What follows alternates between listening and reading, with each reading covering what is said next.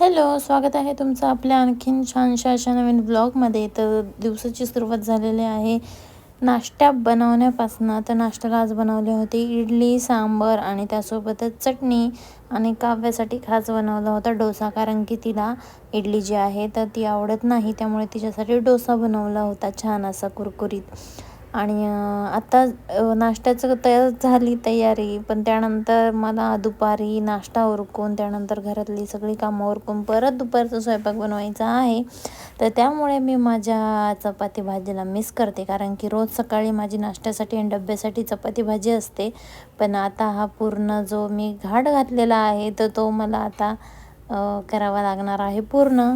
इडलीचं batter जे आहे ते कसं बनवलेलं आहे तर ते याआधी पण एका लाँग व्हिडिओमध्ये मी सांगितलेलं आहे. यामध्ये फक्त मी थोडेसे पोहे भिजवून ॲड केलेले आहेत या पिठामध्ये. तर इथे रेडी झालेला आहे आपला कुरकुरीत असा डोसा. आणि दुसरा डोसासुद्धा मी तुम्हाला इथे तव्यावरती करून दाखवणार आहे. तर डोसा जो आहे तो पहिला डोसा करताना काय करायचं आहे आपल्याला, की तवा जो आहे तो छान गरम करून घ्यायचा आहे आणि त्यानंतर पाण्याचे शिंतोडे त्यावर मारायचे आहेत आणि एका रुमालाने पटकन असा तवा जो आहे तो क्लीन करून घ्यायचा आहे. त्यामुळे आपला जो डोसा आहे तो तव्याला चिटकत नाही. आणि डोसा जो आहे तो बनवताना व्हिडिओ जो आहे तो ऑन नव्हता कॅमेरा, त्यामुळे शूटच झालेलं नाही. तर इथे पाहू शकता तुम्ही की जो डोसा मी स्प्रेड केला होता तर तो आपोआप त्याचे काठ जे आहेत ते सुटायला लागलेले आहेत. आणि हा जो डोसा आहे तो 0 ऑइल डोसा आहे. याला अजिबातही मी तेल वापरलेलं नाही आहे. तरीसुद्धा आपल्या रेग्युलर तव्यावरती तुम्ही पाहिला असेल व्हिडिओमध्ये की हा जो माझा तवा आहे त्यावर मी चपाती बनवते रोज, तर चपातीच्या तव्यावरती छान असा डोसा जो आहे तो रेडी झालेला आहे आपला खाण्यासाठी. तर तुम्हीसुद्धा हे ट्रिक वापरा आणि छान असे डोसे बनवा.